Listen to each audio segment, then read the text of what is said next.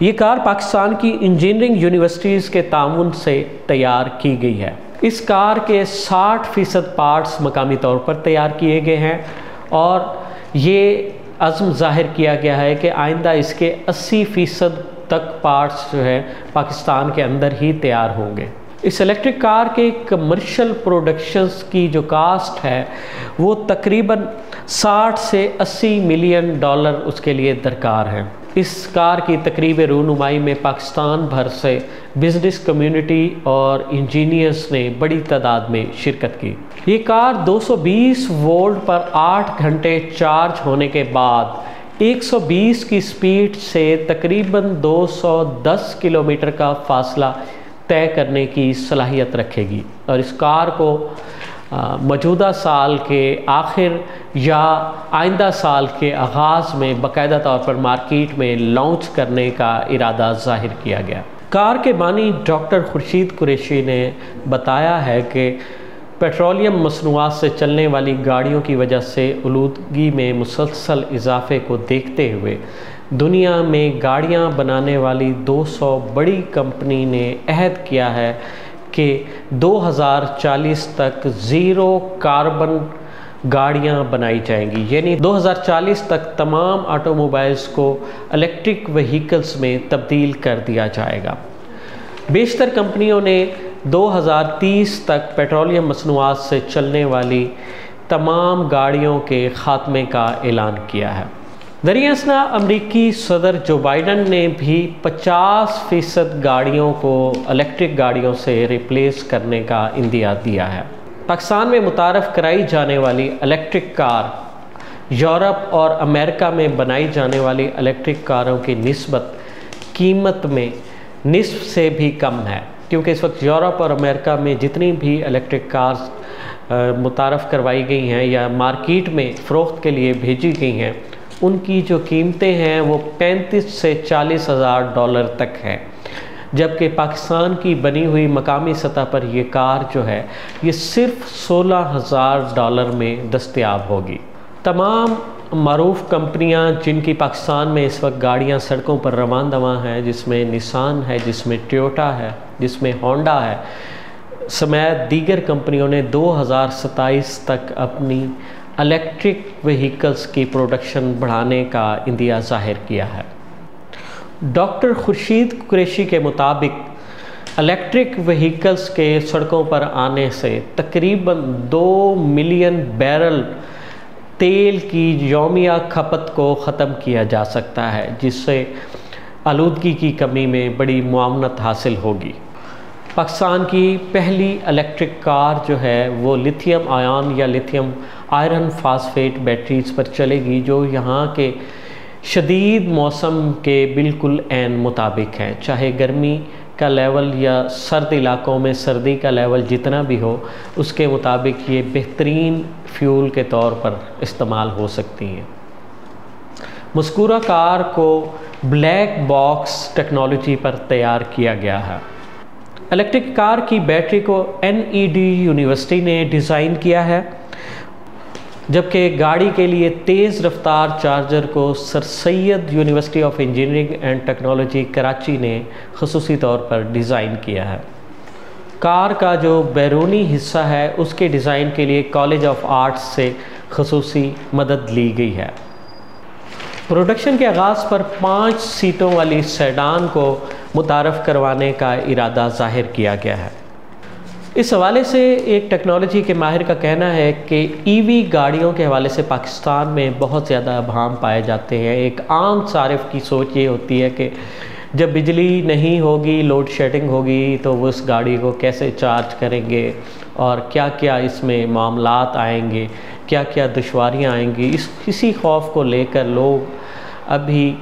تھوڑا EV گاڑیوں کی پرچیزنگ میں ہچکچاہٹ محسوس کرتے ہیں۔ اس حوالے سے ٹیکنالوجی کے ماہر پروفیسر نوید کا کہنا ہے کہ یہ تمام ابہامات اگر ان گاڑیوں کو کمرشل سطح پر پروڈکشن کے لیے لایا جاتا ہے تو یہ تمام ابہامات کو ختم کیا جائے گا، جگہ جگہ پہ چارجنگ سٹیشن نصب ہوں گے اور اس کو گھر پر سولر کے ذریعے اور دیگر ذرائع سے چارج کرنے کی سہولیات میسر ہوں گے۔ EV گاڑی کی چارجنگ پر کتنے اخراجات آئیں گے، یہ بھی ایک بہت بڑا وہ لمحہ فکریہ ہے۔ بہت سارے لوگ اس بات کو لے کر بھی ہچکچاہٹ محسوس کرتے ہیں۔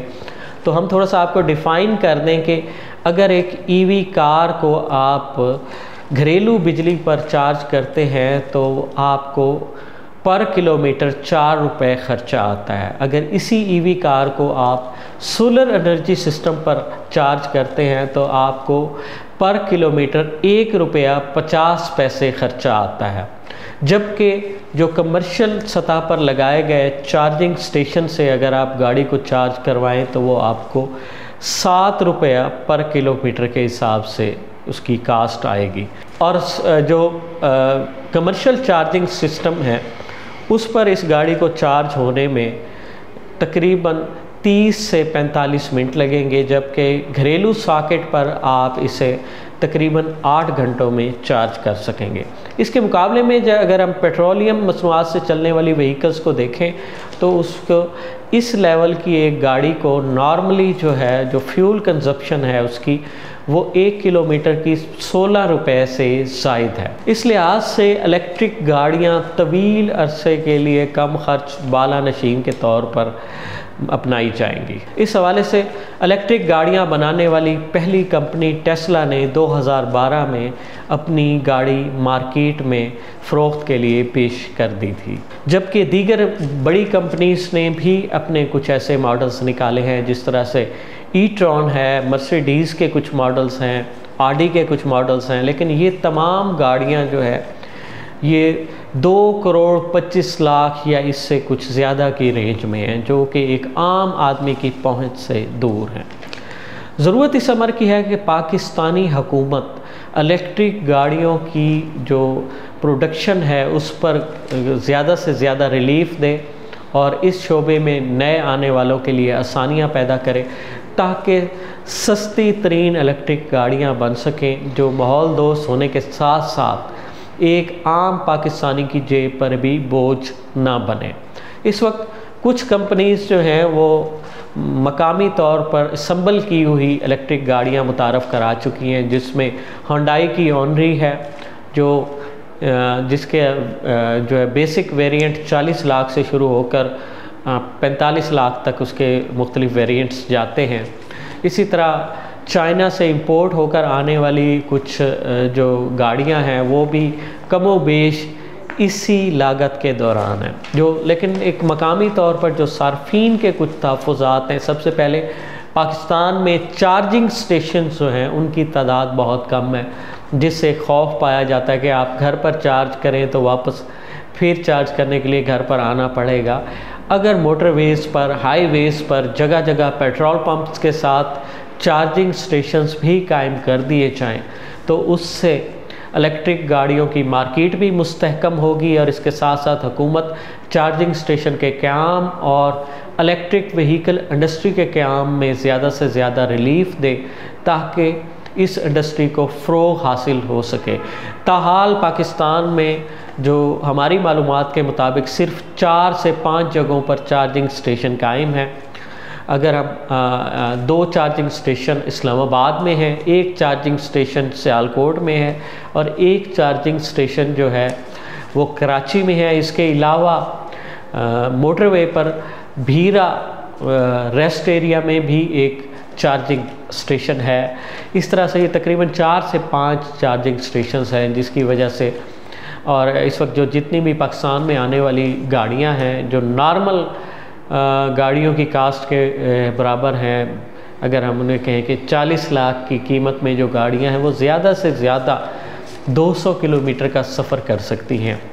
اگر 200 کلومیٹر سے پہلے چارجنگ سٹیشن قائم ہو جائیں تو یقیناً اس انڈسٹری کو پاکستان میں فروغ ہوگا، فضائی آلودگی میں بھی کمی کا باعث بنے گا اور نئے لوگوں کے لیے بہت سا روزگار بھی حاصل ہوگا اور ایک ماحول دوست جو آٹو موبائلز ہیں اس کی حوصلہ افزائی ہوگی۔ تو ضرورت اسی امر کی ہے کہ حکومت اس سلسلے میں کچھ پیش رفت کرے تاکہ اس انڈسٹری کو تقویت حاصل ہو اور زیادہ سے زیادہ لوگ جو ہے پیٹرولیم مصنوعات سے چلنے والی گاڑیوں کو چھوڑ کر اس گرین انرجی الیکٹرک گاڑی کی جانب آئیں اور ایک ماحول دوست فضا قائم ہو۔ تو ناظرین، یہ تھا الیکٹرک گاڑیوں کے حوالے سے ایک مختصر سی ویڈیو ریویو، جس میں ہم نے آپ کو یہ بھی بتایا کہ الیکٹرک گاڑیاں کوئی جدت نہیں ہیں، کہ آج سے صدیوں پہلے، 2 صدیاں پہلے تقریباً الیکٹرک گاڑیوں کا دنیا میں آغاز ہوا اور اسے کمرشل بنیادوں پہ تیار کیا گیا، اور بعد ازاں پیٹرولیم مصنوعات بنانے والے ایک مافیا نے ان کی پروڈکشن کو روک کر پیٹرولیم مصنوعات سے چلنے والے انجن لانچ کیے، اور جس سے ہم 1 صدی میں ہم نے اتنی فضائی آلودگی میں اضافہ کر لیا کہ آج ایک مرتبہ پھر ہم اس جدت کو جو در حقیقت قدامت ہے اس کی جانب بڑھ رہے ہیں۔ تو مزید ایسی مفید معلوماتی اور دلچسپ ویڈیوز کے لیے جڑے رہیے AWC ڈیجیٹل میڈیا کے ساتھ۔ اپنے میزبان محمد عمران جعفر کو دیجیے اجازت، اللہ نگہبان۔